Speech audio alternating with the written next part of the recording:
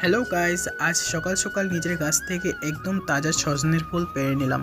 তো গাইস দেখো, গাছে কি সুন্দর সাদা সাদা ফুল ফুটে আছে, দেখি মন ভরে যায়। আমি দু হাতে কিছু ফুল পেড়ে নিয়েছি। এবার এগুলো দিয়ে একটি রেসিপি শেয়ার করব। তো চলো আমার সাথে রেসিপিটা দেখে নেবে। সো গাইস, রেসিপিটা বানানোর জন্য সবার প্রথমে ফুলগুলোকে খুব ভালো করে ধুয়ে পরিষ্কার করে নিতে হবে।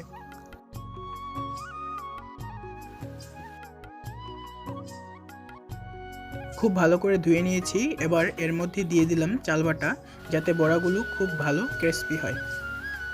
তারপর দিলাম পরিমাণ মতো নুন, হলুদ গুঁড়ো আর জিরার গুঁড়ো। এবার ভালো করে মেখে নেব যাতে সব দিকে মিশে যায়।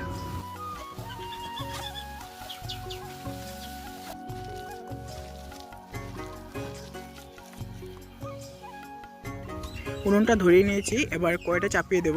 তারপর মাস্টার্ড অয়েল দিয়ে দেব। এবার তেলটা গরম হয়ে আসলে চারিদিকে ছড়িয়ে দেব।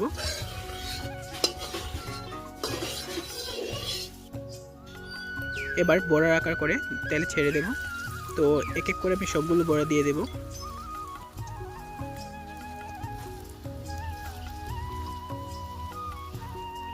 তো গাইস, বড়া দেওয়া কমপ্লিট। এবার আমি উল্টে পাল্টে লালচে করে ভেজে নেব।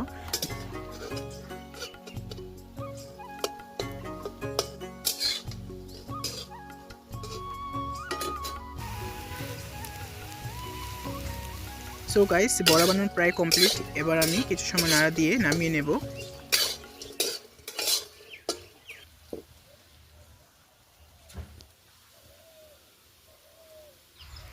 এবার টেস্ট করার পালা।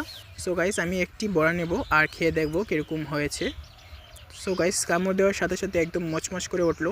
অনেকটা টেস্টি হয়েছে, তোমরা বাড়িতে অবশ্যই ট্রাই করবেন। আর আজকের মতো এটুকুই, দেখা হবে নেক্সট ব্লগে। ততক্ষণের জন্য টাটা, বাই বাই।